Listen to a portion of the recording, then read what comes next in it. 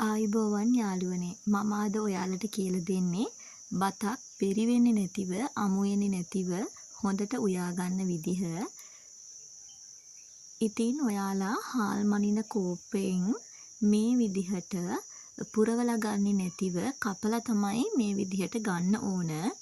පුරවලා ගත්තම අපිට වතුර තියාගන්න හරියට තේරෙන්නේ නැහනේ. ඉතින් ඒ හින්දා කිසිම බයක් නැතිව වතුර මැනලා ගන්න විදිහ තමයි මම කියලා දෙන්නේ. මේ විදිහට කපලා කෝප්පෙන් හාල් ඔයාට ඇති ප්‍රමාණයක් ගන්න. මම මේ වෙලාවේදී ගන්නේ කෝප්ප 4ක්. ඉතින් ඊට පස්සේ හොඳට පිරිසිදු කරගත්ත හාල් වලට වතුර කෝප්ප 4කුත් දාගන්න ඕන. අන්න ඒක තමයි ක්‍රමය.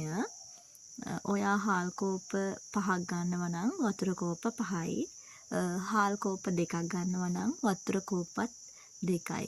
ඒ හාල් ගන්න ප්‍රමාණයෙන්ම ඒ කෝප්පෙම ගන්නත් ඕන. එහෙම නැති වුණොත් වෙනස් වෙනවා. ඉතින් මේ විදිහට මම හාල් කෝප්ප 4ට වතුර කෝප්ප 4ක් දාගෙන දැන් උයා ගන්නයි ලෑස්ති. අලුත් හාල් වලට නම් වතුර පොඩ්ඩක්වත් වැඩි කරන්න එපා. පරණ හාල් වලට නම් පොඩ්ඩක් වතුර තව චුට්ටක් වැඩි වුණාට ප්‍රශ්නයක් වෙන්නේ නැහැ. දැන් අපි උයා ගත්තට පස්සේ බලන්න මගේ බත් එක කිසිම බෙරිවීමකුත් නැහැ.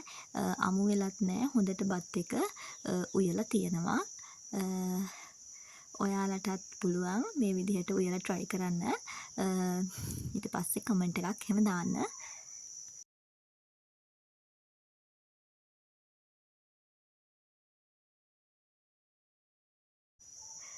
ඉතින් මගේ වීඩියෝ එක බැලුවට බොහොම ස්තුතියි.